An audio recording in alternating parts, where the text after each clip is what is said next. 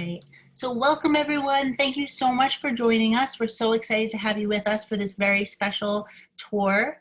I always say for Andrew, he's so brave in bringing us outside. It's amazing. And we're so excited to welcome him back. He was with us a few weeks ago for a discussion called A Queer Meeting, Whitman and Wild in Camden, New Jersey. And a few weeks before that, he had another outdoor tour of Jane's Hill. And if you missed those programs, they're all on our YouTube. I'm going to share our YouTube link in our chat in a little bit. But those are also wonderful programs. He just brings us such exciting, inventive ideas and shares them with us so well. I'm just going to come back. All right. So I also want to start out every program by saying thank you so much to everyone who donates. It means so much to us. It has helped keep these sorts of programs going on every single week since the quarantine began. We've had poets with us, scholars. We've had Andrew with us, and we're excited to have him with us again. So even the smallest donation, something like $5 that you would spend at maybe Starbucks on a cup of coffee, for us means so much, especially because we're growing so much. Every bit helps and it adds up, and it helps us keep the birthplace alive. It helps keep contemporary poets joining us and sharing their contemporary voices, and scholars like Andrew to share these historical programs with us. So thank you so much. We really appreciate it. And got a few people joining us. I just want to make sure they can get in. And then I just want to very briefly go over some of our upcoming events. We have a lot of really exciting ones. And we have two next Saturday. So we have American Masters and Their Influences, European Literary Realism. And that program is actually a discussion where each week for 6 weeks, you'll do some readings of short stories that inspired some American filmmakers and American authors. And you'll watch some short films, and then you'll have a discussion each week for 6 weeks. So if you're interested in that, you need to sign up by Tuesday. And George Wallace, who is our writer in residence, will be hosting that. And then on that same day, we will have a special painting event. So you can join virtually, and you'll be painting Starry Night with an instructor, and she'll be going through the relationship between how Van Gogh was inspired by Whitman's poetry all the way in France. So there is a connection there. We know that Van Gogh wrote a letter to his sister about how Whitman had inspired Starry Night and the vault of stars overhead. So please join us for that program. It's history and some art. And I'm going to be posting all the links in the chat. So if you're interested in these programs or you want to see our other ones, you can definitely check that out. And I also want to say that I have a link for Andrew in the chat as well. But I'll also be sending a follow-up email with all of this information. So if you miss it today, don't worry. We'll get everything to you. All right. Oh, and I lastly want to mention that this program is part of New York State Path Through History. And they actually inspired these kinds of events. So 2 weekends a year, this being one of them, they have a lot of events. Now, most of them are virtual that are about the history of New York State specifically. A lot of Civil War sites, a lot to learn from them. So if you're interested in that, I'm also going to post that link. And you can see all of the wonderful events across all of New York State. And thank you for that. Thank you to them for inspiring these kinds of programs for us. All right, so I'm just going to introduce Andrew. It's my pleasure to introduce him. Okay. Andrew Rimby is a PhD candidate in the English department at Stony Brook University. His dissertation, The Pool of Narcissus, Transatlantic Homoerotic Attachments, 1837 to 1901, argues that Walt Whitman, Oscar Wilde, and other 19th century writers used ancient Greek allusions to express male homoerotic desire before the term homosexuality is invented. He is a 2019 Giuliano Global Fellow, a 2019 through 2020 Public Humanities Fellow, and a 2019 Stony Brook Graduate Fellow in the Arts, Humanities, and Lettered Social Sciences. So thank you so much, Andrew. We're so excited. You bring us the most inventive programs, and I'm giving you the spotlight right now. And Andrew's parents are with him. They're behind the camera there. Yeah, So thank you to everyone who has joined. Thank you to Caitlin, to Cynthia Shore, the director of the Birthplace, everyone at the Birthplace. If you haven't been to the Birthplace, they are the most compassionate and kind people you'll ever meet. And please subscribe to the YouTube channel. All right, I'm gonna get that in there for you, Caitlin.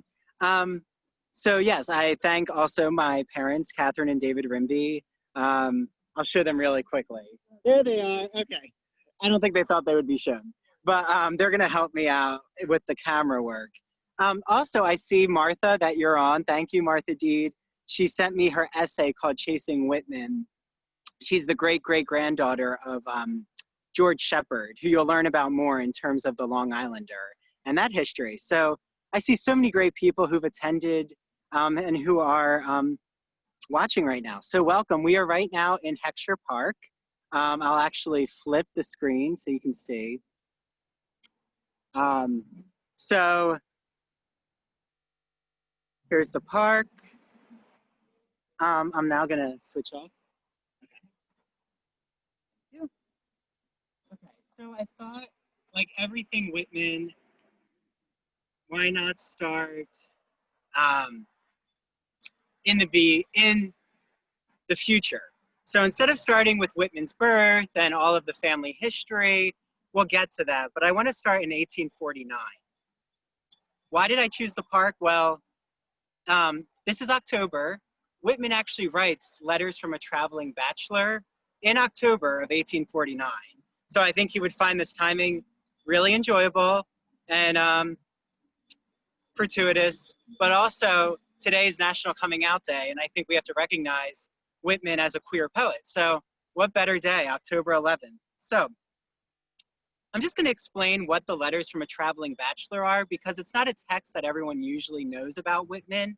It was journalism that he was asked to write from the New York Sunday Dispatch.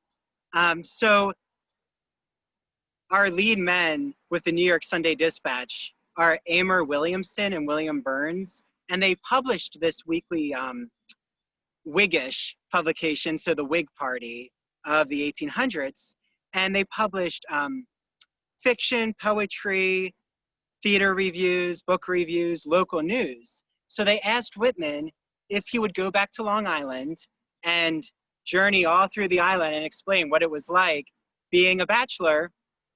And if you didn't get the connection, I'm a bachelor too. So I try to make this as biographical as possible with Whitman.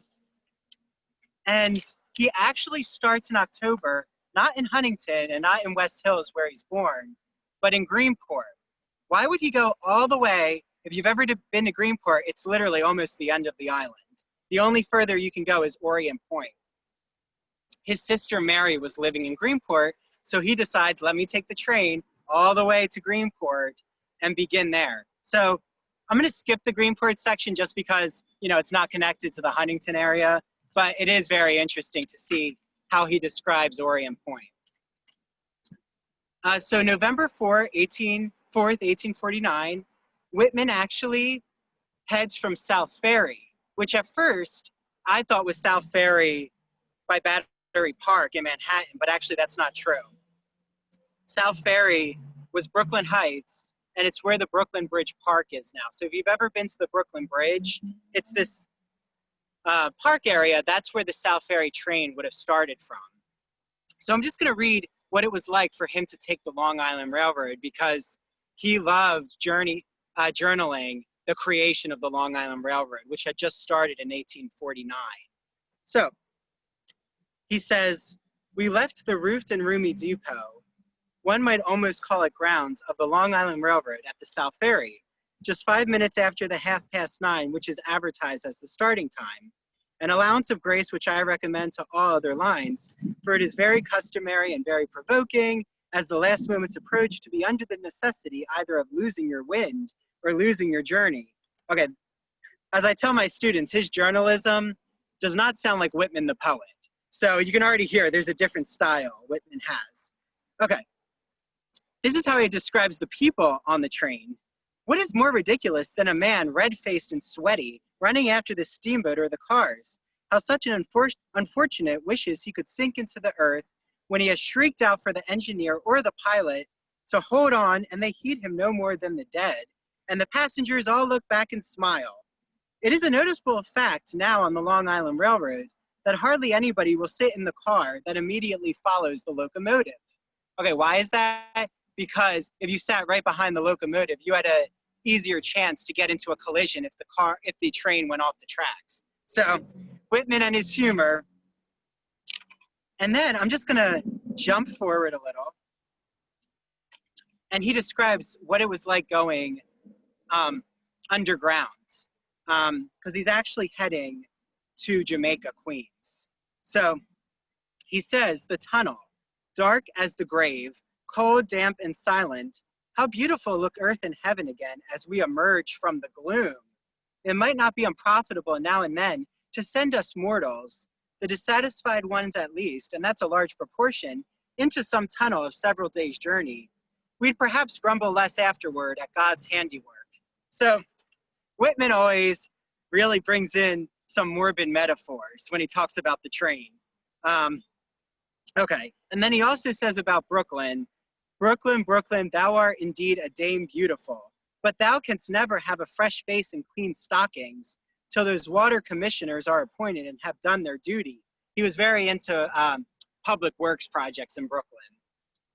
Okay, so we're heading into Jamaica, which, if you've ever been through the Jamaica station now, he says, Jamaica is embowered in the same deep, dead green, indicating the sort of rich loam aforementioned, favorable to the disease which makes quinine a drug that is no drug. Trees and shrubbery add to the prettiness of any house. A reasonable amount of trees. People with country cottages. Okay, I've been through Jamaica. There are not country cottages anymore, but it used to be all farmland in Jamaica when Whitman was traveling there. Jamaica is composed mostly of one long street, which is nothing else but the turnpike. It is lined closely by trees. And he goes into, Whitman actually knows all the people who live in Jamaica by the depot. He says it's occupied by Hackett, who's an actor, Mr. Judd, a retired New Yorker, John A. King's residence, the old Domini shoemaker still flourishes in Jamaica. Okay, now he's traveling east to the branch, which the branch was what Hempstead was called, 18 miles from Brooklyn. He says that Hempstead, otherwise known as Clamtown or Old Blue, so he has all these inside names for what these places are because he knows the history so well, is 2 miles from the Hempstead station. Okay, I'm gonna jump more. Where else does he say he heads? So heading from Hempstead in the southeastern direction, you'll be led through Merrick, Babylon, Patchogue, Spionk, Good Ground, which I don't know what Good Ground is. So if someone knows what Good Ground is, please let me know. Away east to the Hamptons. So he literally is traveling all the way out to the Hamptons. I'm going to stop at his description of Farmingdale because this gets us into the history of Huntington Village. At Farmingdale, oh, again, he has another nickname, anciently known as Hardscrabble. I don't know why. You begin to come among the more peculiar specimens of humanity, which good old Long Island produces. Though I ought not to have overlooked the goodly village of Jericho, 2 miles north of Hicksville, a Quaker place, with stiff old farmers and the native spot of Elias Hicks. Okay, remember Elias Hicks, he becomes important. Farmingdale rears its towers in the midst of the brush. So Farmingdale was also in the heart of the Pine Barrens, which no longer exists in that spot. To go to the Pine Barrens, you have to go all the way to the Norfolk. And is one of the numerous offspring of the railroad, deriving no inconsiderable portion of its importance from the fact that the train stops here for the passengers to get pie, coffee, and sandwiches. So apparently Farmingdale was a real hub of the travelers to and from the city to get their goods. So we're actually going to now walk to the historic Presbyterian church, and I'll give us more information about what was it that Whitman had learned from his genealogy. So follow me.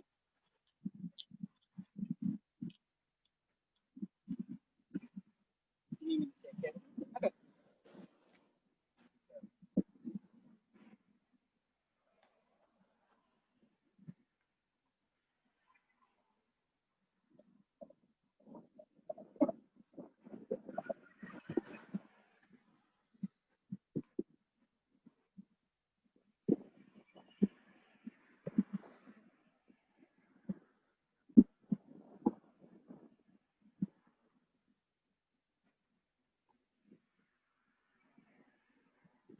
And I want to let you know, once in a while, you'll see me put my mask on and off, depending on how many people are around. But we're good right now. So I actually want to zoom in or just show this historic plaque. And I'll get close because you might not hear me when we start to get near the cars. That's good, yeah. You can see the flag. And also, here, I'll mention in the Google document, I have all of these historic photos, so you can actually read all the text. So I'll get close. This is what the wood plaque says. It says, the bell of the first Presbyterian church was first hung in 1715. It was carried away by the British in the frigate Swan in 1777. Taken to New York and restored in damaged condition, on petition to Admiral Digby in 1789, it was recast and has been in constant use. So a lot of this history is going to be who were the loyalists, who were in favor of the British during the Revolutionary War in Huntington, and who were on the Patriot side and wanted, I'll say we're sympathetic to George Washington's army.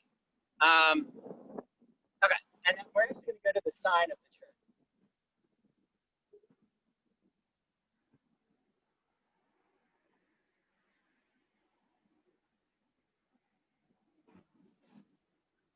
So here's another really important wood plaque. The first Presbyterian church was actually founded in 1658. But if we read what this says, it says, the first Presbyterian church of Huntington, organized and first building erected in 1665. Oh, Andrew, we can't hear you that well when you're like not directly on the camera. You know what I mean? Right, can you hear me better now? Much better. Good. Yeah. Okay, I'll have to get close with the cars. So this building here was actually erected in 1715, and Caitlin and I had talked about it because if you come and you actually see this building, I mean, even 1715, that's a very old building. But the actual original church no longer exists, and we'll pass a plaque that says where it was. But again, we see that this building was occupied by the British as a barracks in 1777. Oh, then that old building was torn down, and then the materials were used to erect Fort Golgotha on the Burying Ground Hill in 1782. So this present building, what I'm now looking at, was erected in 1784. So the late 1700s. But again, there's all of this history of which buildings were used for the British troops, and Huntington, if you don't know, actually went to the British. So it's not like Philadelphia that was all for the Patriot side. So that's why Culper Spiring is on 25A here. This is 25A, and there's a lot of cars, as you can tell. A little different than Whitman's time with the carriages. The Culper Spiring would have been where the messages were delivered to and from to George Washington's armies, because this area was not against the British. So they had to do it in secret. Okay, we're now gonna actually, it'll take a little, maybe minute, we just have to cross the street.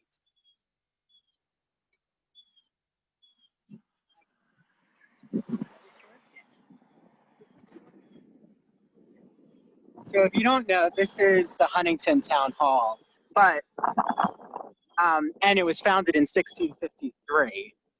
So, but again, this building isn't from 1653.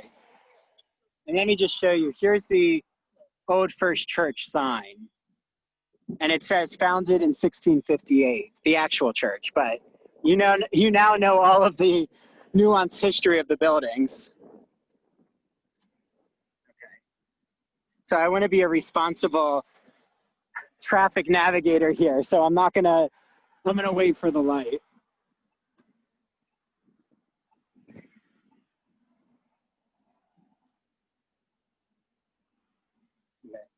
So if you have a snack or a drink or something, this is now your time to take a little break. Because once after this, we're staying on the main street. So this is Main Street right here. We're staying here for almost the whole tour.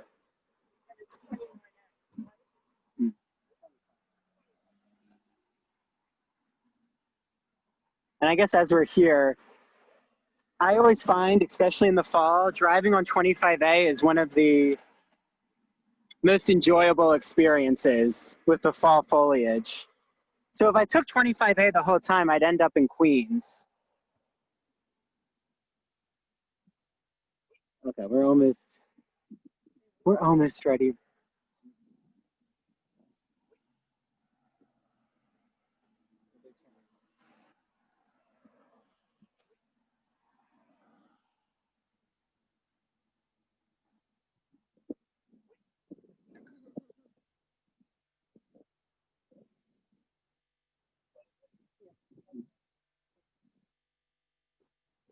Okay, so we're now heading to the oldest section of Huntington. The Huntington Green is what this area is called. I think it's technically Old Huntington Green, but let's see. Oh, so here's a really nice picture, nice view of the Presbyterian Church. Okay. So here we go. It says Huntington Town Hall. So Huntington was founded in 1653. Okay. I'm going to get us to, there's a really nice historic plaque.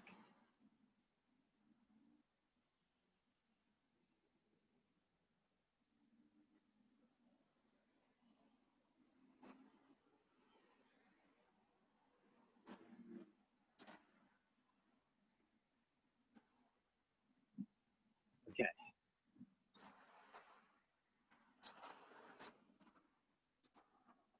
And you can actually kind of see old Huntington compared to new urbanized Huntington, because here's in the background, a historic barn.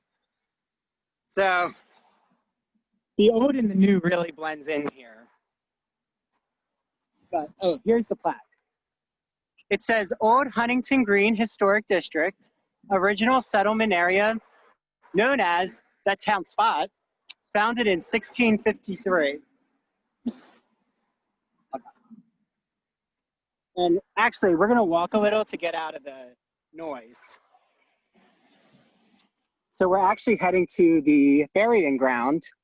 And then for those of you who've grown up in this area, you might know that's one of the oldest cemeteries in Huntington. That and the Huntington Rural Cemetery.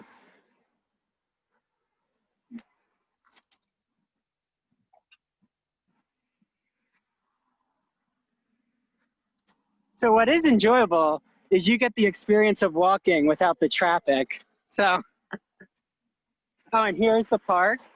You want to see the outside? Oh, and I also should say there's a really nice art museum called the Hicks Art Museum. So if you ever have a chance, it's definitely worth a visit.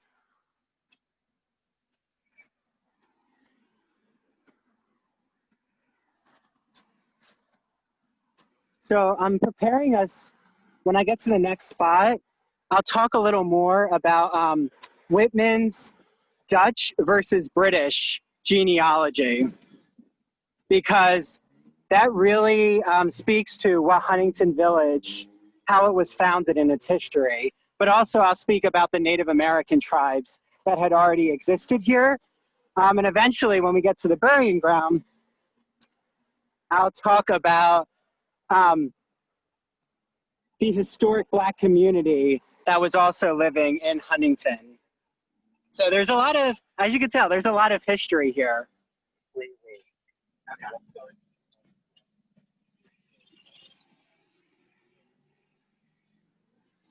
Okay. This was the plaque I was mentioning. It says earliest church. The first church in Huntington was built here in 1665.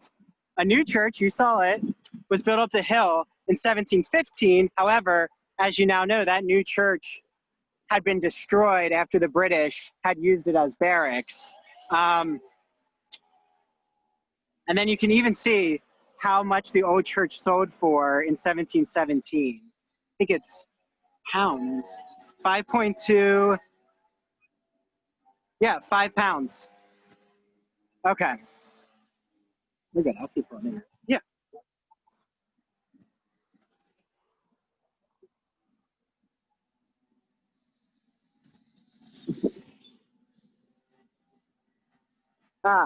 You might not be able to see it very well, but this was the Thimble Factory right here.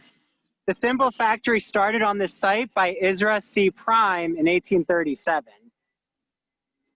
So who knew that we would pass the Thimble Factory? Well, I knew, but for all of you out there, you didn't know that.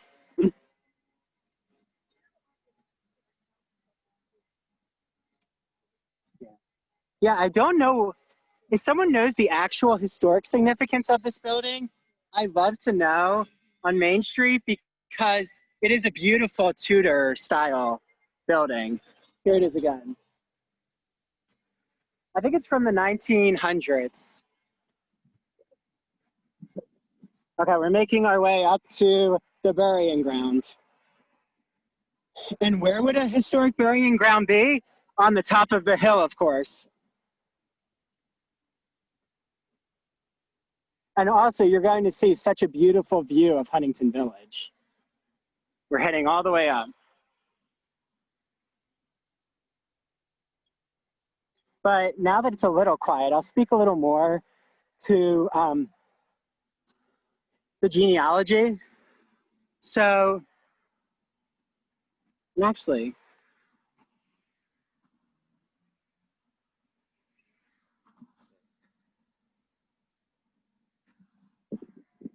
here we go. Now you can actually see me. Hello, everyone. I'll just be careful because I'm now holding the stabilizer. So I don't want to trip. So some of you probably already know this, but I always like this boilerplate information. Whitman, his father was Walter Whitman. So there's Walter Whitman Sr. Walt Whitman is actually Walter Whitman Jr., but then he drops the Walter. Once he starts to publish, he becomes Walt Whitman. So the Whitman family, they had settled in the 1600s in Connecticut, and then they eventually make their way to Long Island, and they are farmers and live in the West Hills area. His mother's side are also farmers. However, the Van Velsers, his mother is Louisa Van Velser. They are Dutch. They are Quakers. And the Quaker heritage will become important, especially around slavery. And they had lived in Cold Spring Harbor. So if you know your geography, oh, wait, and I want to show you this building real quick. So this is the Sewing and Trade School building. It actually now, shout out, it's the Huntington Historical Society building, who I also rely a lot on for research. So thank you, Huntington Historical Society. But yeah, this was the Sewing and Trade School that taught sewing, literature, math. Yeah, so this was an original trade school building of the 1900s. Okay. But yeah, so if you know your geography, Cold Spring Harbor is only a few miles from Huntington Village going west. West Hills is a few miles going south. And also Huntington Village marked a divide between, there were Quaker families and there were British families, but also, thank you.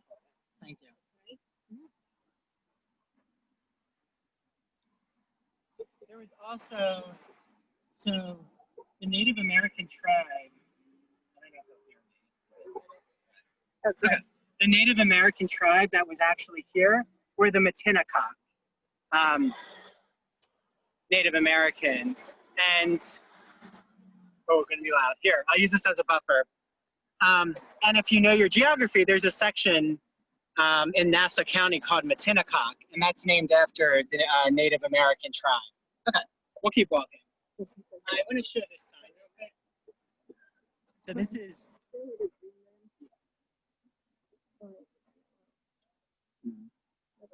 Okay. This is the old burial hill. Wait, sorry, can you say that again, Caitlin? Oh, we can't hear Andrew. I think it's the traffic. It's just. Okay, can you hear me now? I can hear you. Yeah, come a little bit closer just so it's louder. Okay, can you hear me now? Okay, that's pretty good. Yeah. Okay. So this is Old Burial Hill.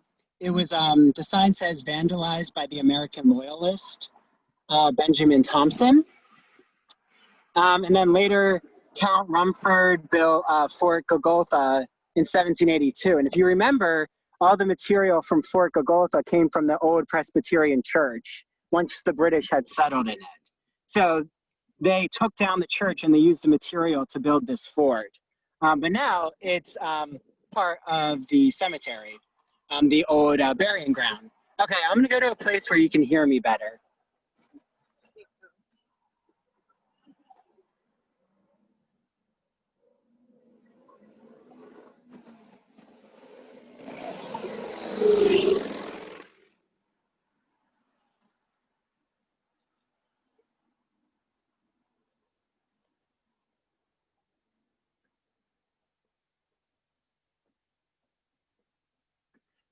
Andrew, the stabilizer's messed up. Hold on for a minute still. Here, I'll hold this. There you go. Are you gonna... Okay, so we are now at the old burying ground. And can you hear me better, Caitlin? Yes, definitely. Okay, good. Okay, so I'm actually going to get to a quieter part of the burying ground, which has some historic markers, which will actually explain who's buried here.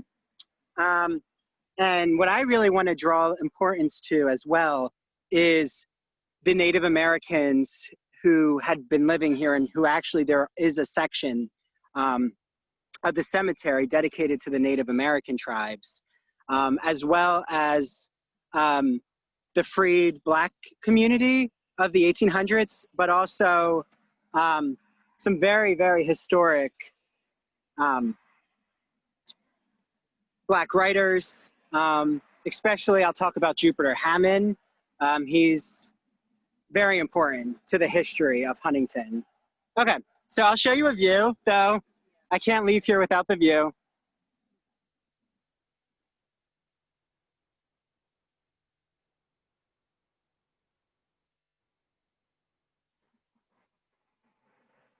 And this building right here was the old town hall, which they're now partially demolished. It's partially demolished, but it's going to be, I heard from a friend, part of the Hilton Hotel.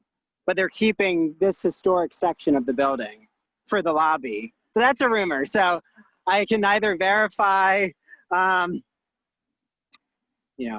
can't verify all of that information. So that's speculation. Okay, so we're gonna continue down. And we're going to now go to what's now called the Soldiers and Sailors Museum. Yeah, be careful.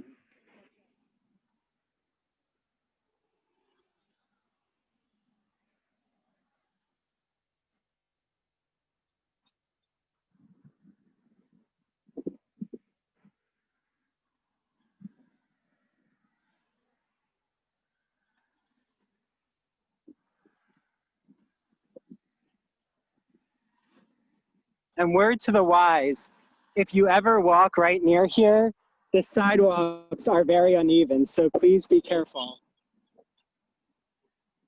I just never want to be liable for anyone. Oh, there you go. There's the front of the Huntington Town Hall. And actually, no, it's not partially demolished. They're just doing, I think they're renovating the interior. There you go.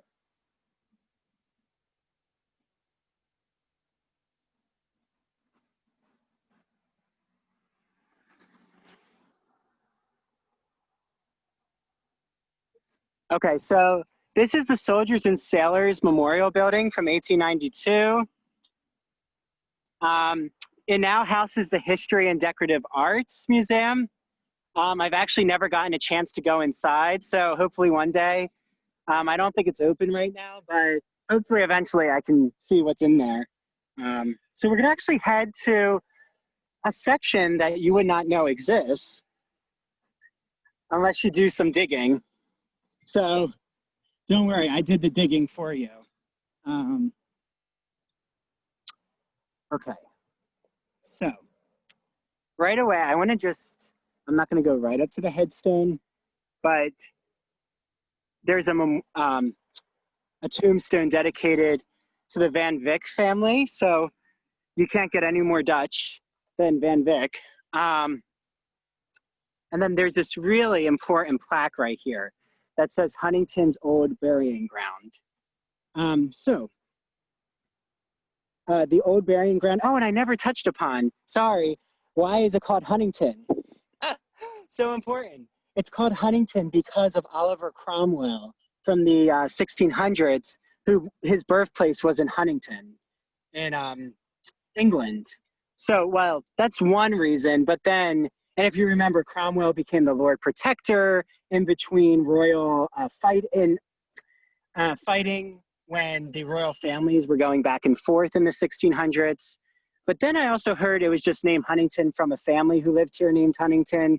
So again, like a lot of this history, you rely a lot on speculation and oral histories that are passed down.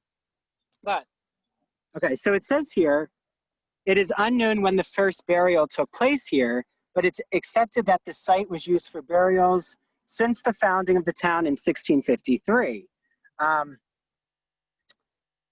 So the earliest grave sites are concentrated on the eastern slope of the old burying ground. It says that the Jacob's Pillow filled stone markers were obtained and used locally over a span of 200 years. And then I really want to focus on this bottom section. Yeah. So it says that the old burying ground is racially integrated and includes a modest number of Native Americans and about 400 African Americans. Hello. So most of the African American grave sites here are marked with the Jacob's Pillow. So if you want to show, this is the Jacob's Pillow.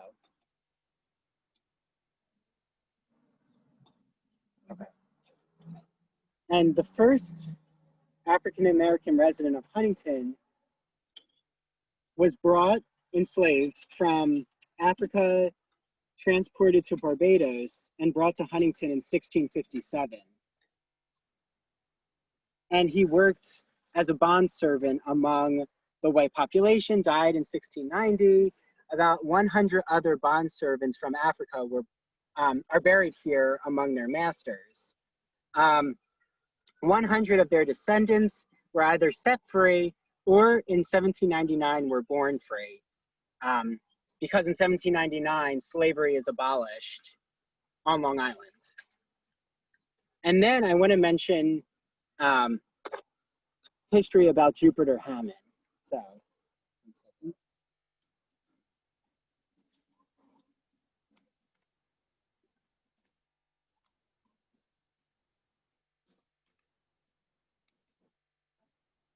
And actually, can you hear me well, Caitlin? Talk again for a second, Andrew. Can you hear me? Yes, you sound good now. Yes. Oh, good. Okay. So I actually just want to read Elias Hicks's stance on slavery, because I said that split between the British and the Dutch are very important during the legacy of slavery on Long Island, and also for Whitman, because remember, again, he's from a British and a Dutch family. So there's a lot of fracturing in his own family. And it might explain a lot of Whitman's contradictions, as scholars call. If you know, he does have bigoted views on Black people, and, you know, we can't deny them. And these contradictions, you know, now more so than ever, I think we need to discuss. Okay, so Elias Hicks's Quaker stance, like most Quakers, he believed that slavery was evil. And Lucretia Mott was a very famous suffragette from Massachusetts who then moves to Philly, inspired by Elias Hicks, who, again, Whitman had heard lecturing when Elias Hicks would go to Brooklyn, but Elias Hicks dies in Jericho. And Jericho was a big Quaker community. And that's why it's called Hicksville, because it's named after Elias Hicks, the village of Elias Hicks. All right, we're getting loud. So Lucretia Mott, Elias Hicks, other Quakers, they refused to use cotton cloth, cane sugar, and other slavery-produced goods because they were against the slavery, the slave system. In 1821, Lucretia Mott became a Quaker minister, inspired by Elias Hicks. Her and other Quakers emphasized anti-slavery sentiments, and she actually founded the American, oh wait, I'm gonna wait for this to pass. And Andrew, bring the camera a little more towards you. It's kind of drifting a little bit. Okay, how's that? Just bring it a little closer towards you. Yeah. Okay. All right. So Lucretia Mott founded the American Anti-Slavery Society. Okay.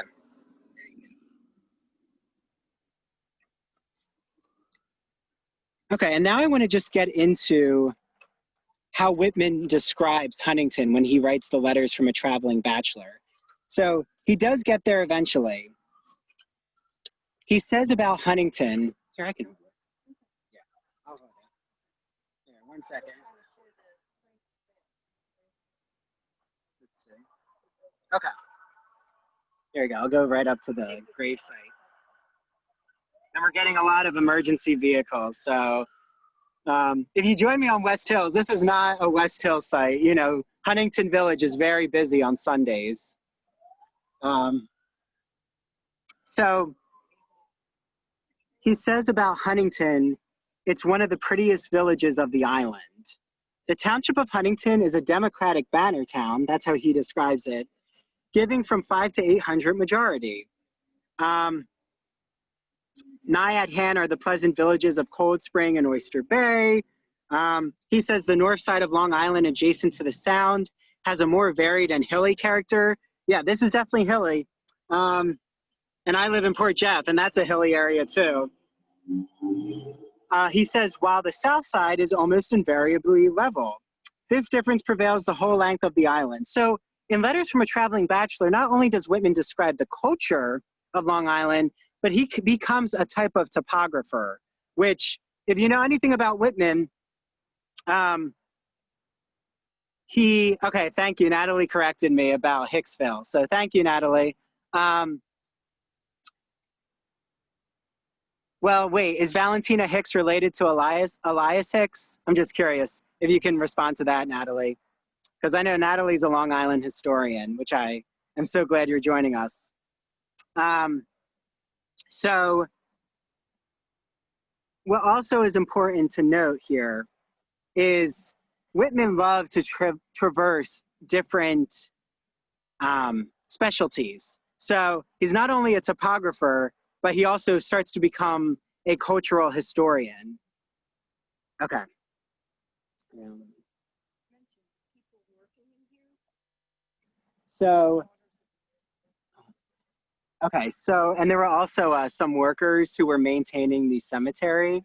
And I think they were part of the Daughters of the American Revolution, is what my mom was saying. So, yeah, if you've grown up in this area, there's a very, there's a legacy of those who are related to the founders from the Revolutionary period. Okay. Okay. Great. Okay. So we're going to continue walking. It might get loud, but hopefully. There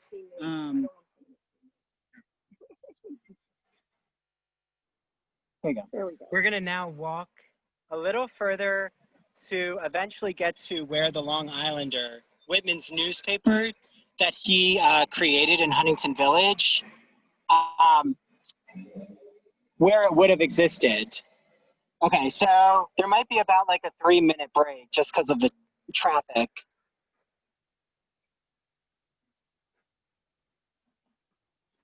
Wait a minute. That's what's prettiest.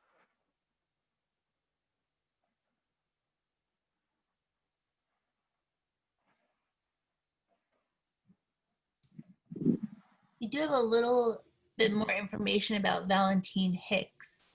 I don't know if Andrew can hear, Listen to this. but Cheryl Bloom is saying Valentine Hicks was the president of the Long Island Railroad. His house was supposedly a stop on the Underground Railroad and became the main Maid Inn. And that makes sense because he was a Quaker, right? Right.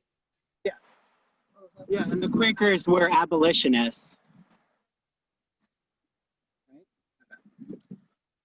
And I want to just show this. Oh, okay. And then, yeah, I asked Caitlin, I asked Natalie if Valentine Hicks was related to Elias Hicks. Yeah, and we don't have an answer on that yet. Okay. Because I'm pretty sure, I don't know how many Hicks, families would have been here in the 17 to 1800s. But to commemorate the patriotism of Nathan Hale, it says, he was captured by the British on the shores of Long Island. So this is a monument to Nathan Hale, who, right in this area, was for the sympathetic to Washington and his army, but because of that sympathy, was arrested by the British. So again, we see this area was very divided. So I want to keep getting back to how divided Huntington was, even in the Civil War. So the Quakers were abolitionists, but the British were actually for slavery. So, there's a lot of political tensions. Not sure if anyone can relate to that now, but I think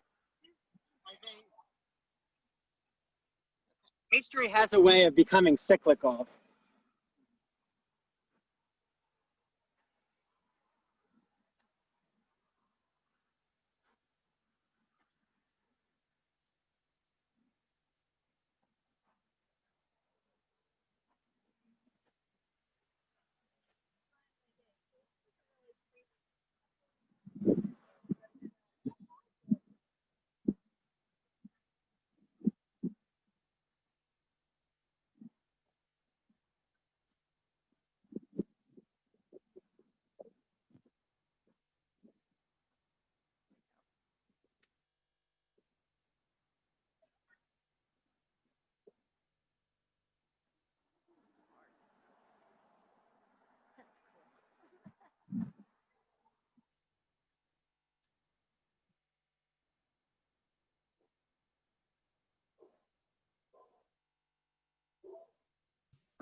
Can really see that the businesses are coming back after the quarantine. Oh yeah, it is hopping here, Caitlin. Oh, yeah. Yeah, a lot of cars. It's great to see.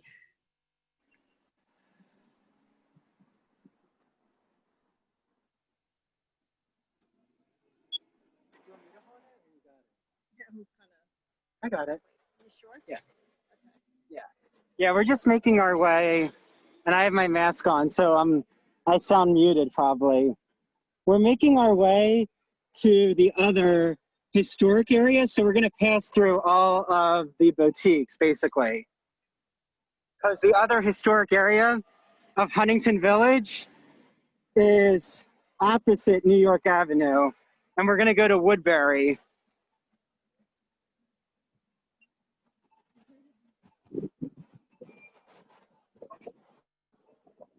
Here we go. I should probably do this just so people don't think I'm recording them.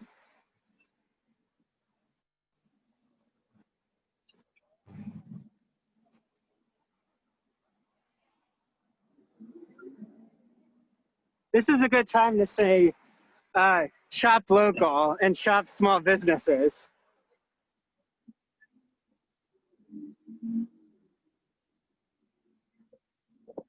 I'll be careful not to endorse any specific place, but there's so many beautiful businesses here.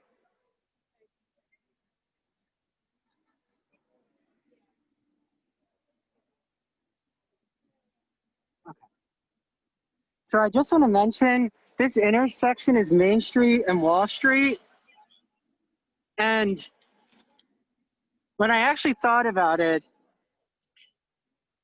I speculated the Wall Street.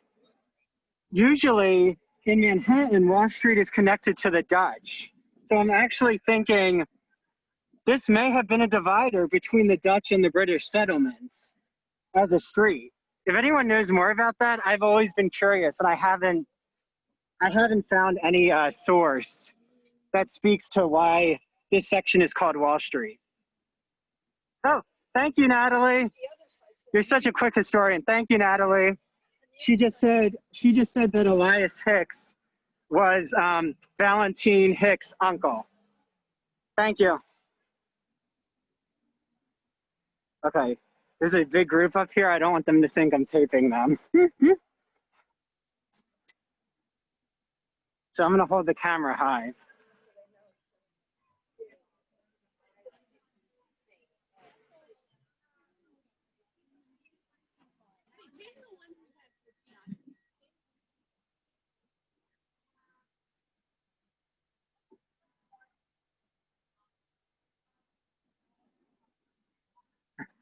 I feel like they always tell you not to like hold a selfie stick and walk because of danger, but don't worry, I have my parents to help in case there's any obstruction near me.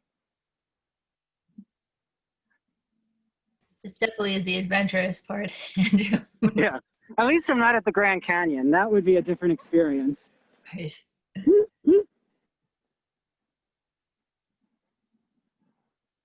Okay, we're getting to the older section of Huntington Village.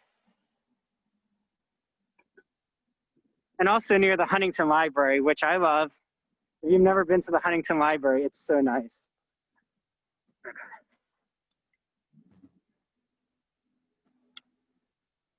Okay, so this is St. John's Episcopal Church where I am. I'll show you the historic sign.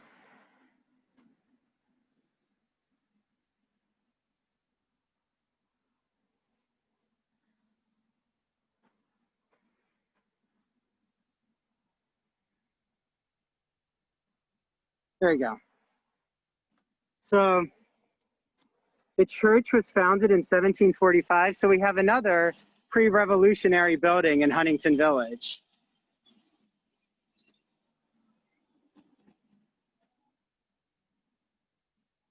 So here's the outside. And it's very full right now. I love it. This is like the perfect time to do. I think maybe this is why Whitman did letters in October and November, because of the fall foliage. I'm not sure. Or maybe he was a Halloween passionate person, aficionado. I need to see if he mentions Halloween a lot. That could be another way to capitalize on Whitman events in October. Oh yeah, so here's the Huntington Library, founded in 1875.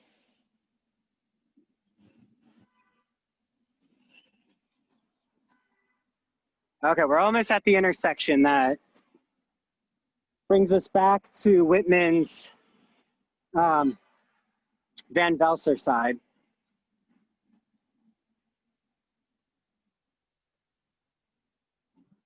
We're just gonna go right to Woodbury Road.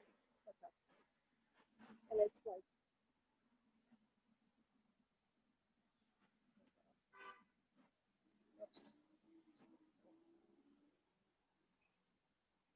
So I just want to show you, this is the intersection of West Main Street and Woodbury Road. Now we're gonna find a little alcove so you can hear me.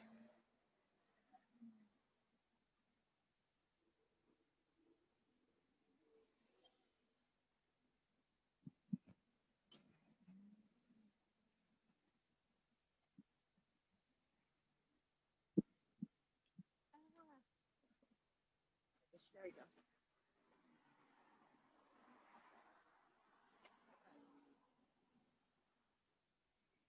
If I stand right here, can you hear me, Caitlin? I think you have to be more in the shot, Andrew. So like Yeah. Okay, is that better? Talk a little bit more. Okay, this should be good, right?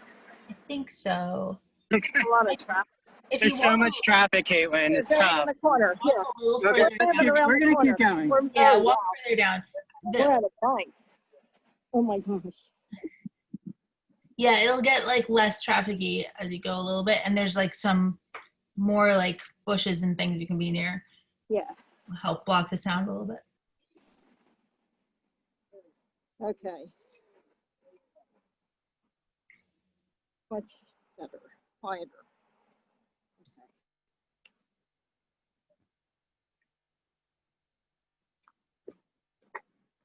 Here we go. I just occupied the parking lot. There we go. This should be better. Great. We can hear you really well. Okay, oh good. Actually, let's go right by the Colonial House. Oh. So there's a historic farmhouse. I don't know the name of the family, but as you can see, again, we're from what I'll call the industrialized Huntington with all of the shops back to a farmhouse.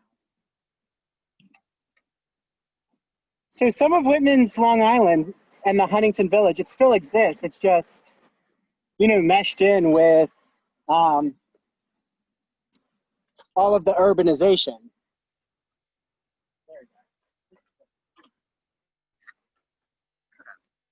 I'm going to read a little from Whitman's Specimen Days. This was his autobiography in 1882, the only autobiography he ever wrote. So this is what he says about his genealogy. So this is about his mother's side. And because... I know. Keep moving. We're We're moving. farther from the road. Okay, Better. there we go. Yes. We're on the move. So there's a section called the Maternal Homestead, and he describes his Van Velser family. So because this is Woodbury Road, eventually, if I did take this, it would lead me to Woodbury. So I love how all of the names of the streets make a lot of geographical sense here. So this is what he says about the Van Velser Quaker family. I went down from this ancient grave place 80 or 90 rods to the site of the Van Velser homestead. My mother was born in 1795, and where every spot had been familiar to me as a child and youth. Then stood there a long, rambling, dark gray shingle-sided house, with sheds, pens, a great barn, and much open road space. Now all of those not a vestige left. All had been pulled down, erased. So even when Whitman comes back in 1881 to West Hills, so this is when he starts to write Specimen Days, it comes out in 1882, his Van Velser family homes had they were being teared down because of industrialization. So I think Whitman would know very well why scaffolding might exist in Huntington Village right now. It's always under flux with the buildings. Okay, this is how he describes the Quaker side. He said, "For there, with all those wooded, hilly, healthy surroundings, my dearest mother, Louisa Van Velser, grew up. Her mother, Amy Williams, of the Friends or Quakers denomination." So if you don't know, the Friends meeting house is where Quakers gather for their ceremonies, their religious ceremonies. And they're known as Friends, the Society of Friends. The Williams family, so that would have been, Amy Williams was Whitman's grandmother. She had 7 sisters and 1 brother. That sounds like a farming family. The Van Velser people were noted for fine horses, which the men bred and trained from blooded stock. My mother, as a young woman, was a daily and daring rider. As to the head of the family himself, the old race of the Netherlands, so Louisa Van Velser's father, they were so deeply grafted on Manhattan Island and in Kings and Queen counties, never yielded a more marked and full Americanized specimen than Major Cornelius Van Velser. So his grandfather's name was Cornelius Van Velser. Okay. And then I can't find the part right now, but in Specimen Days, he does talk about how the Whitman family, they had slaves on the Whitman family farm until the abolition of slavery in 1799. Then they started to have hired help, and most of them were freed slaves who then were brought on onto the farm. Okay. I'm going to quickly just get to my notes on Jupiter Hammond because I don't want to end without talking about him. Oh, yeah. Time is going. Okay. Because I definitely want to leave room for questions.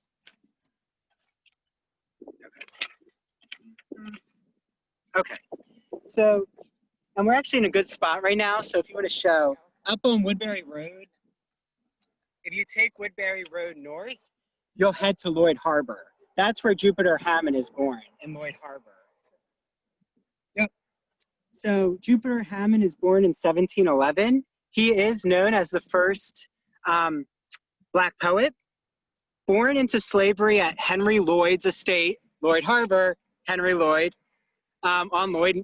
They call it Lloyd Neck, Long Island. Okay, well, maybe it is known as Lloyd Neck in the one specific section. Hammond was able to access the library, so Henry Lloyd, his master, allowed him to get an education. But again, we know that history is very fraught. And many slaves were not in Jupiter Hammond's position. Most were not given the chance to become literate. Jupiter Hammond, if you want to look, I put some of his poems in the Google document. However, what's very sad is he's buried in an unmarked grave on the Lloyd estate on Lloyd Harbor. But you can check out, there's a really great project known as the Jupiter Hammond Project. Thank you, Caitlin, she gave me the link. And they're preserving the history of Jupiter Hammond, but also he started to educate other slaves who were working for Henry Lloyd. So all of that oral history is being collected for the Jupiter Hammond Project.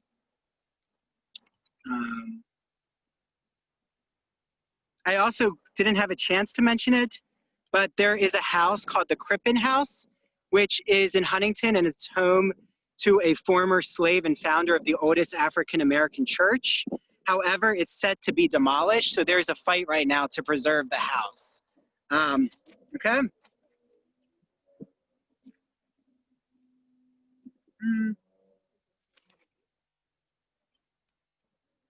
Okay, and I want to, so we're going to end with the Long Islander, but I want to just mention how, if you want to learn more about Whitman scholars and their debates on how to approach racist statements he's made in his journalism, please, please read Lavelle Porter's article. It's so good.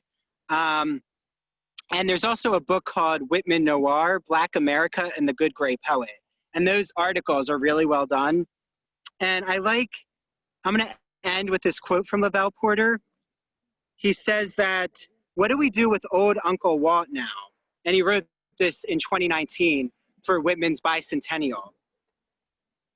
So he said, I submit that this is not a moment for uncritical celebration of the poet of democracy, but there is no better place to look for nuanced critical engagement with Whitman's complicated legacy than in the work of Black intellectuals who have talked back to Whitman. And if you've never read it, please read Langston Hughes's poem, I Too Sing America, because Langston Hughes puts himself in Whitman's vision of America and does that talking back that Lavelle Porter is describing. Okay, so we're now going to end at the final spot, which is a plaque about where the Long Islander paper that Whitman created in Huntington, it would have existed, and it was in an old hay barn. Of course, the hay barn no longer exists, but a parking lot does. So here we go.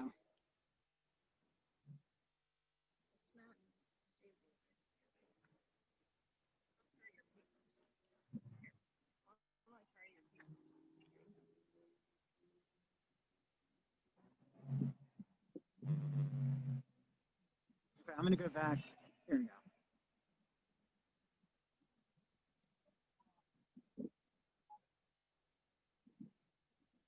Oh, and Woodbury, the name Woodbury is Dutch too. W-O-D-E, wood, which I mean, we can do phonetically, but it means the dwelling, a dwelling place, nestled in the woods. Okay, it's gonna get a little loud here.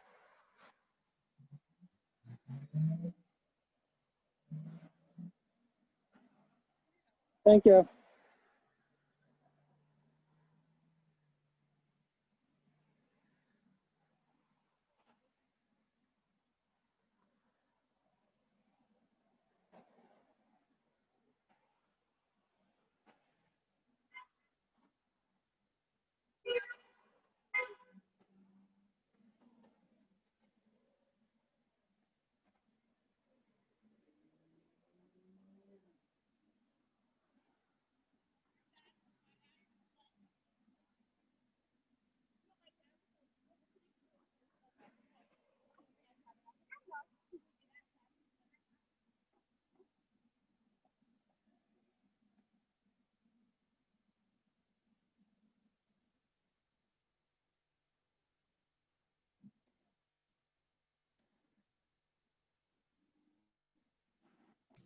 You can see a lot of the traffic in Huntington. Mm-hmm. This is the real experience here. Oh yeah. Mm-hmm. Yeah, that's why I wouldn't run through the middle of the road.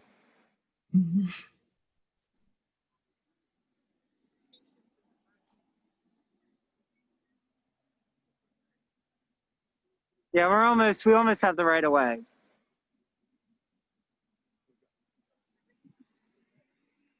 I also love all the speculation of what everyone's thinking, what is happening right now.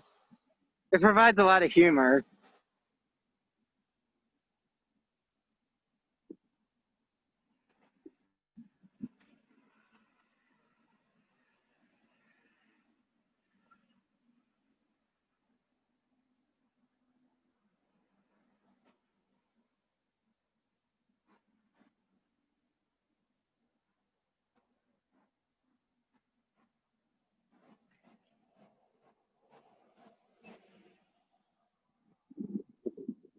I'm going to read this comment to you, Andrew, as you walk. Sure. Mark Delisio says, thank you for this. Like many, I've been to all of these places in Huntington without recognizing their historical significance, especially as it relates to my favorite poet, Walt Whitman. Aw. Thank you so much. Oh, hi, Mark. Yeah, he's a friend of mine. Thanks for joining, Mark. Okay, watch out. Oh, we have another comment too that says from Cheryl Bloom, Whitman taught school in Woodbury on the corner of Jericho and Woodbury Road, Jericho Turnpike. Oh, thank you. Yeah, and he actually, Cheryl, I'm sure you know this, but he said that his time teaching at Woodbury, he calls it, oh, horrid Woodbury, which I always say I apologize to those who live in Woodbury. But then eventually later in his life, he appreciates his school teaching. Well, that's actually, thank you, Caitlin. That's a good segue because the reason he establishes the Long Islander, which I'm only going to spend a short time at the sign, because as you see, we're in the middle. I don't know why they put the sign in the middle of this shopping center. It doesn't make sense. But here we go. The Long Islander. The Long Islander newspaper was founded by Walt Whitman in a barn on this block in 1838. It is still published nearby. Okay, now we're going to get to a quiet spot.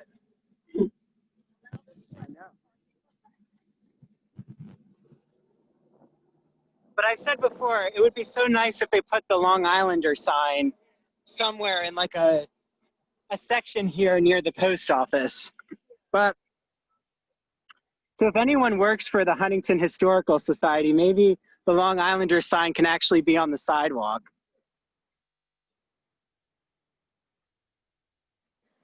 Oh, hi, Jan. Oh, she was my undergrad advisor. Hi, Jan. Thanks for joining. Okay. Fantastic job. Oh, thank you. Okay, we're going to end right by the historic post office. It's also a nice, quieter area. But yeah, Cheryl, thank you for bringing up the teaching because Whitman ends up back here because he's doing school teaching, and not just Woodbury, and I probably can't name them all, but he was teaching at Smithtown. Smithtown, Woodbury, I'm pretty sure he teaches in a few places in Queens.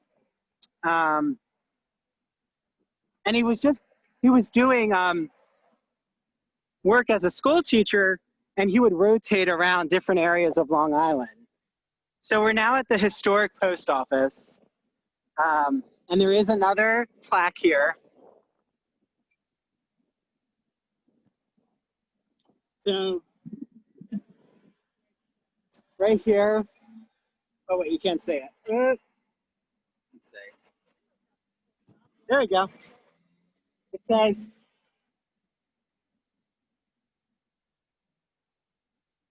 yes, Sheila, I saw Sheila. Yes, he also did teach in South Huntington. Huntington Post Office established September 25th, 1794. Ebenezer Platt, first postmaster, reverend, soldier, and judge. I just love how the first postmaster was also a reverend, was a soldier, and happened to be a judge. It just shows you how, like Whitman, they would take on all these different jobs. Maybe they weren't masters at one job, but they could spread out their skills in all of these other jobs. Kind of very different than how we're trained right now in society. And then I'm just gonna, you can just hold it like that. Are you on selfie? Yeah, this is good. Okay, I'm just gonna read quickly about the Long Islander before I take questions. Okay, so this is what Whitman actually says in Specimen Days about the Long Islander. Yeah, this is good. He says, my first real venture was the Long Islander in my own beautiful town of Huntington in 1839.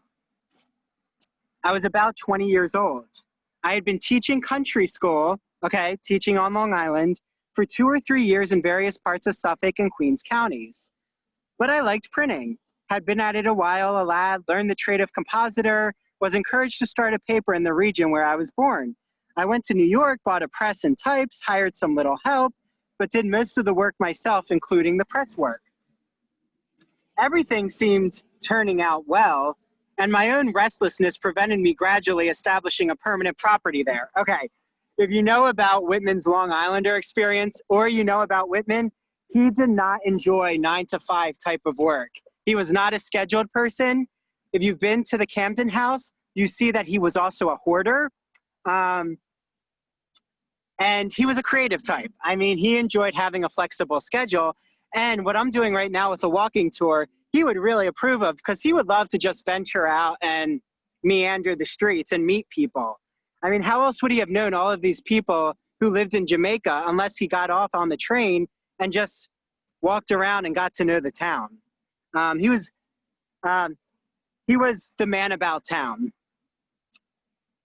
And then he said, as he was working at the Long Islander, he bought a horse and every week went all around the Suffolk County serving my papers.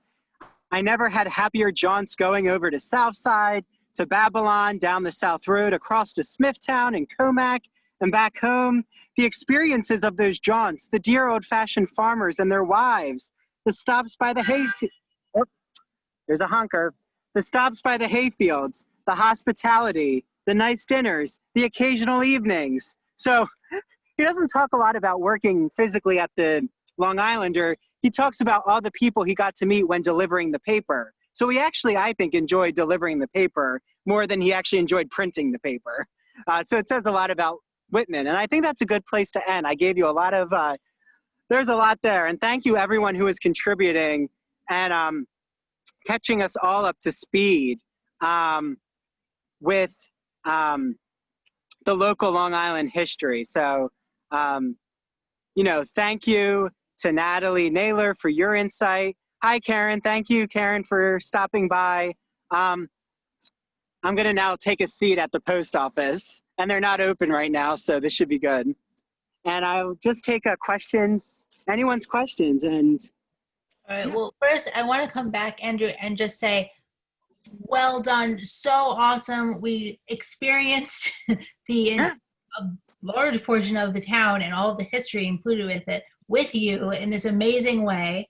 And I was saying you're braving these streets, you're getting around all these interesting areas and bringing us just so much history. Like a lot of people are saying, there's just so much that we don't know that we pass every single day. And you've just done such a beautiful job. You seem like a Huntington native at this point, the way that you're able to describe it, which I think is awesome too. You do all this research in this area and like learn about it, and then deliver it to us so beautifully live like this. So I would love it if everyone could unmute for a minute so we can give Andrew a well-deserved round of applause. Thank you, Andrew. Well, thank you, everyone. Thanks all for joining me today. Yes, we're just so happy to have you. And yeah, this is the kind of thing, I mean, Zoom's not really made for this kind of thing, and you're stretching it beyond its limits. And it's just amazing. And I'm sure, I was thinking you probably look like you're taking selfies or something to everyone around you, but maybe they'll see this one day. Yeah, well, I thought maybe they think I'm an influencer. Yeah, something like that, exactly. Well, I could, the Huntington influencer. I think Whitman would probably have been an influencer right now. Oh, definitely, definitely. I always say he would love Instagram. Oh, He yeah. selfies all the time. Oh, he would love that. Yes, and also in our museum interpretive center, we have lots of pictures of Whitman. You realize he does have a lot of very well thought out photos taken of him in his lifetime.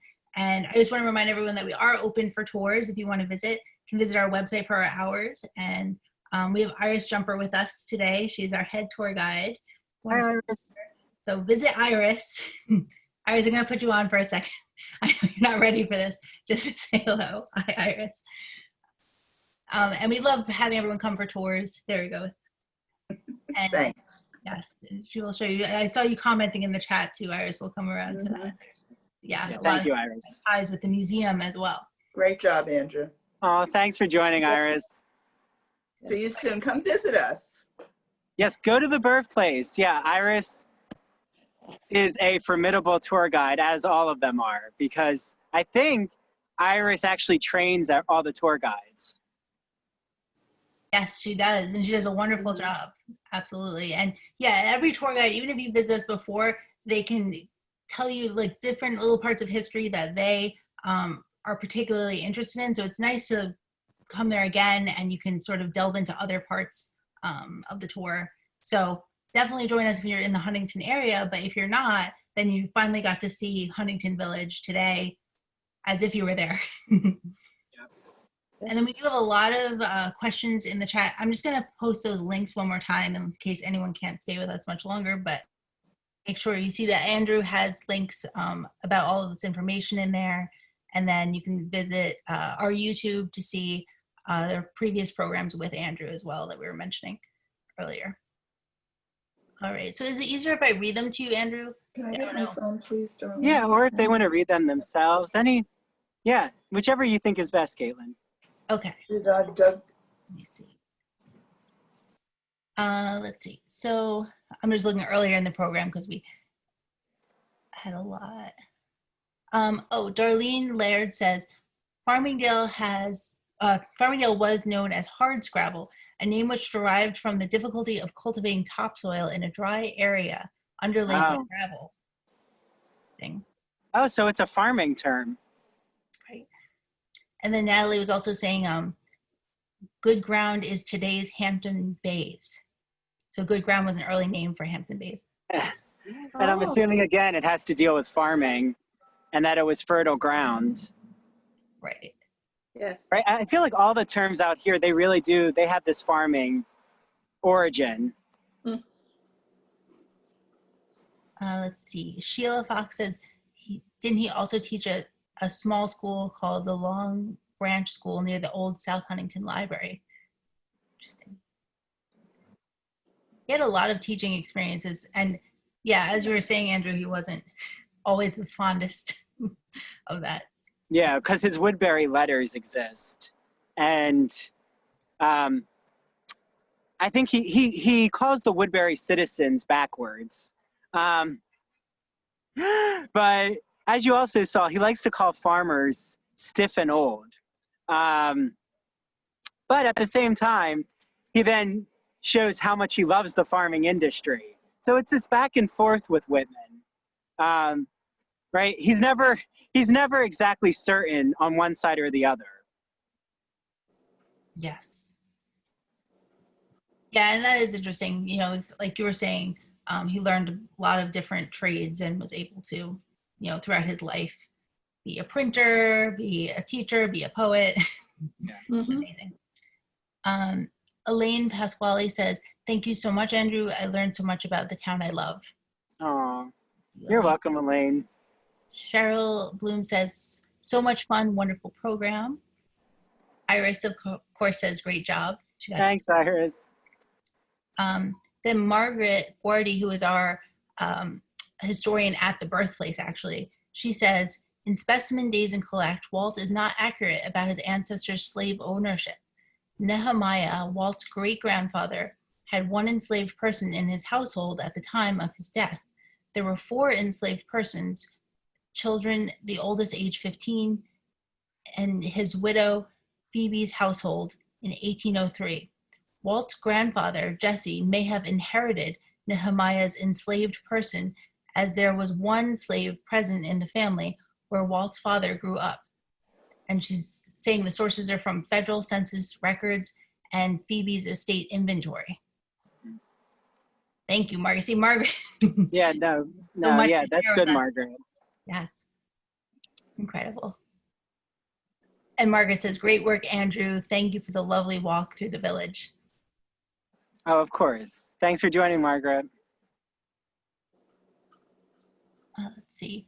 Jan Balakian says, "Andrew is such a natural scholar." That's true. Oh, thanks, Jan. Natalie Naylor says, "New York enacted gradual abolition of slavery in 1799, not ended until 1827. Yeah, no, thank you, Natalie. And I also included the Long Island Museum. It's not there anymore, but they did an amazing legacy of slavery on Long Island exhibit, and I included the link to that with the resources. And also, there is a African-American museum in Nassau County, and I have the link to that too. That gives more of the history of different communities on Long Island and which communities actually had more freed slaves or had historic Black churches. Like you heard, in Huntington, there is a Bethel AME, which is a historic African-American church that was founded here. And I'm pretty sure the Nassau County African-American Museum is in Hempstead. I think so. Okay. Martha Deed says, "Is Phoebe Whitman's estate inventory online someplace? There was a Phoebe Whitman living with the Shepherd family, a different Phoebe Whitman as it turns out, but it took me a while to sort this out. Inventory may help." Yeah, that's the tough thing is, getting all these resources together so that this sort of research can go on. Like, I'm sure you had, your job cut out for you, Andrew, with all these multifaceted parts of Huntington history. But the Huntington Historical Society is amazing in that they do have most of this history all together. But then, when you want to delve deeper, some of these links are very helpful. Yeah, well, and it's like when Margaret brings up the reliance of the Whitman family on slavery, it's tough because a lot of those records don't exist because a lot of the time they wouldn't keep track of the slaves who were doing work on the farms. So you have to try and dig to see, is there any reference of any records that exist? But yeah, I think it's important that Natalie also said that slavery is actually not fully abolished on Long Island until 1827. Yeah, and again, Whitman, I just try to imagine if I grew up in a family and I have these fracturing families, and they're not a unified family, and the Van Velsers didn't always see eye to eye with the Whitman family. Mhm. You know, you have the Quaker heritage clashing with the British heritage. You know, of course, Whitman becomes confused. And I don't mean confused, but I think he's trying to sort out his genealogy. Mhm. And he also gets caught up in racist pseudoscience. A lot of, if the statements he makes, they start to go into Darwinian racist beliefs about evolution. That's why I really recommend Whitman Noir. It's a really good collection. What is it? Whitman what? What is the name of it? Oh, it's Whitman Noir. Thank you. You're welcome. All right. Wonderful presentation. N-O-I-R. I'm just gonna put that in the chat for us too. So. Yeah. Yeah. All right. And then, oh, Cheryl Bloom is asking, do you have a website available besides the Google link that we shared? Do you have your own website, Andrew? I'm working on it, but I'll share it with you, Caitlin, so we can have it for the YouTube video. I do. I have a PhD Humanities Commons website where I've started to put up the different projects and videos that I've done for talks. Because I also talk at the Port Washington Library too. So I did a talk on queer literature. But again, like Caitlin said, if you didn't hear it, I did a talk on Whitman and Wilde and their queer meeting and desire that they shared with each other. Oh, and I guess I'll plug it right now if it's okay, Caitlin. Oh wait, there's some motorcyclists. I love all the noise. Okay. I have a podcast called the Ivory Tower Boiler Room, and you can find it on Spotify. And I do different interviews with scholars. Yeah, I'm gonna type that in the chat right now too. Sure, thank you. Room. There we go. Thank you for calling Catholic Online Shopping. We're unavailable to take wait. your call at the moment. Hold Please on. leave a message and we'll return your call as soon as possible. There we go. Let's see. Oh, Margaret says Walt used Savage's genealogy. You could read it online, but also not exactly right. Walt was just trying to establish that his family was substantial, to use his term. Oh, substantial, yes. And the birthplace, you also have the historic Whitman Bible. I don't know if I'm supposed to say that, but, well, I mean, it's not like everyone can see the Bible, but they have the historic Bible that Margaret so kindly, I got to see the genealogy, because families, traditionally, they would have written down the genealogy in the Bible. Yes, that is a fascinating part of our collection, absolutely. Yeah, we're so lucky. We have a wonderful archive, and we would like to do some programs showcasing that. So even if people are not close, they can still enjoy our archive. Yeah. All right. Well, and- I nominate you, Caitlin, Margaret, and Iris to talk about the family Bible. Yes. It's very big too. When you take it out, you realize Oh, yeah. heavy. All right. And does anyone else, if you want to jump on video and say anything, say a few words, ask any questions, now is a great time. Invited. You can just unmute and start your video and come right on.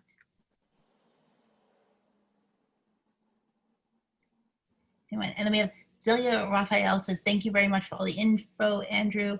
I have learned a lot today. I never knew about Whitman's racism. Yes, and it's great that you're bringing that up. The contradictions, Andrew. Contradictions, yeah.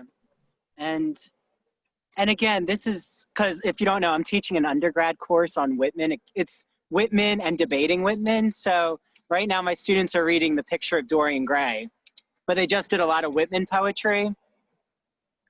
But then I'm going to incorporate James Baldwin, The Fire next time, Langston Hughes, and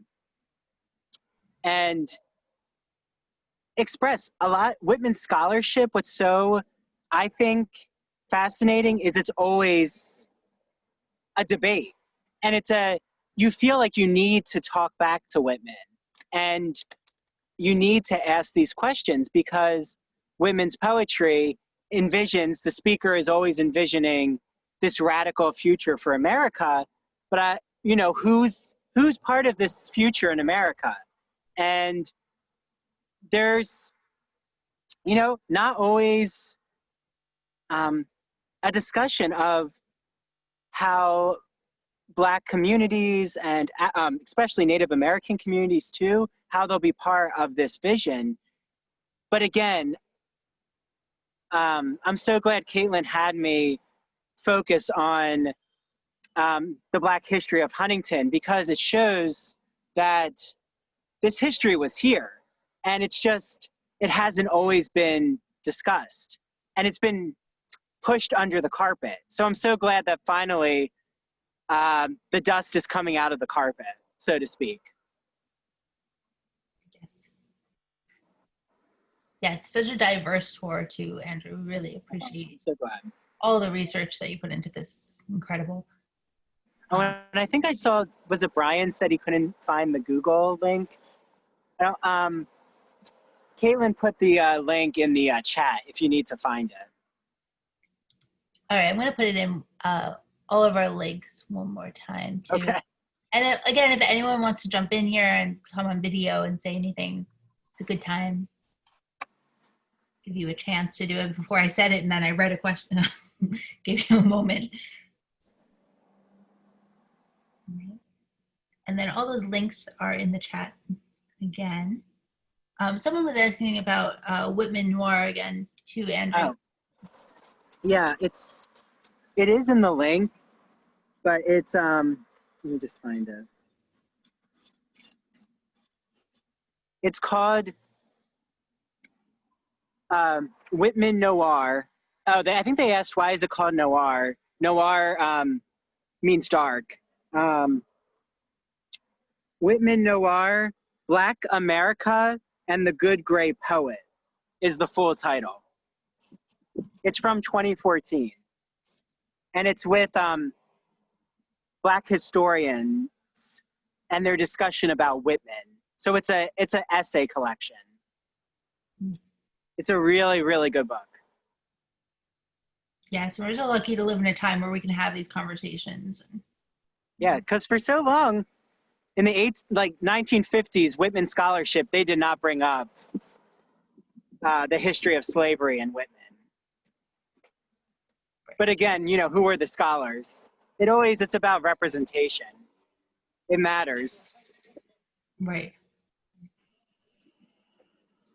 But I mean, even Whitman's queerness, definitely not an issue that was brought up a lot. Right. Well, there's so much writing, you'd have to skip over to not. Yeah. Well, and I have to say too, Huntington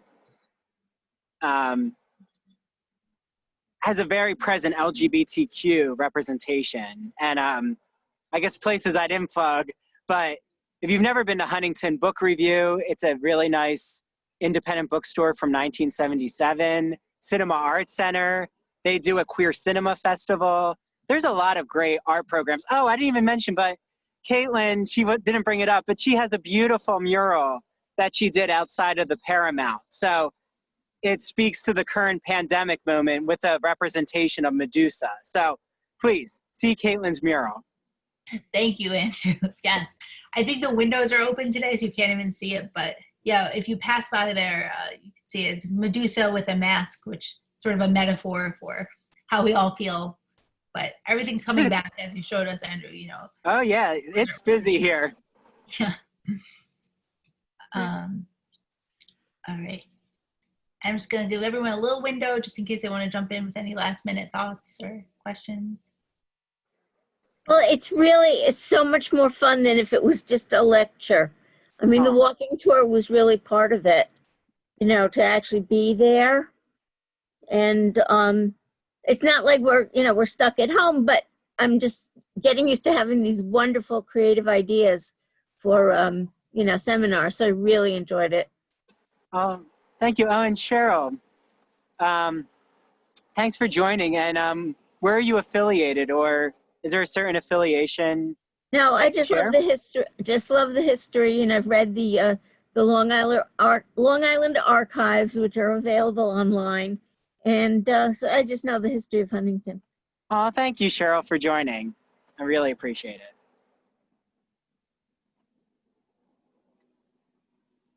Wonderful.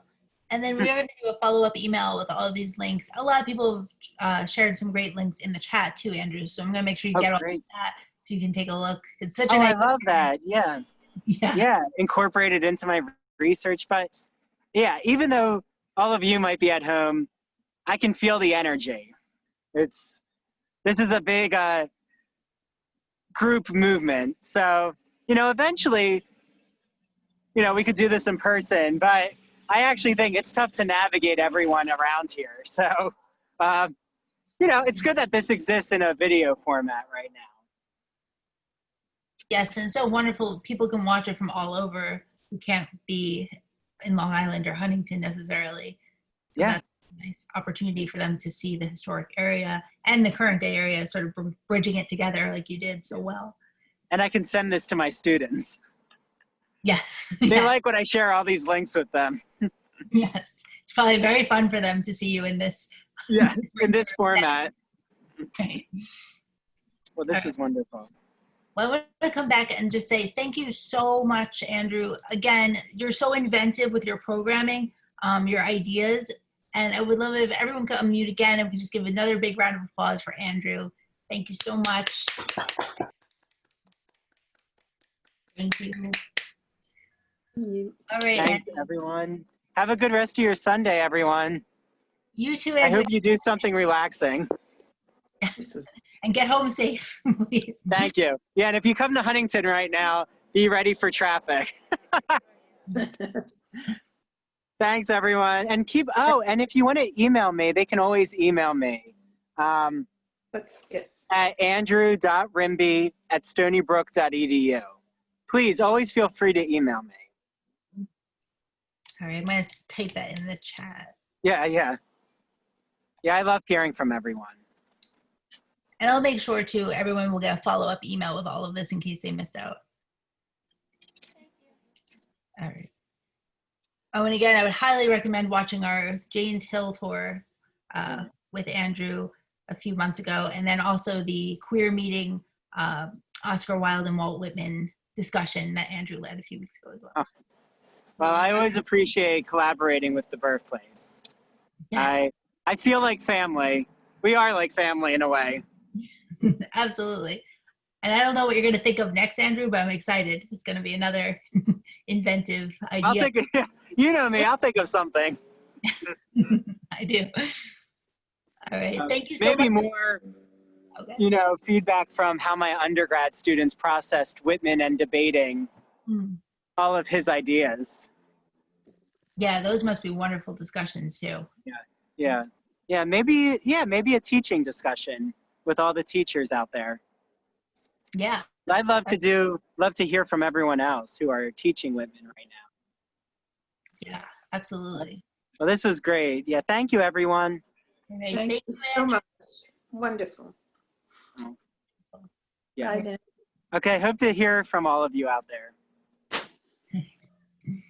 All right. Thank you, everyone. Have a Bye, wonderful everyone. holiday tomorrow. Hopefully you're all off. Yep. All right. Bye-bye.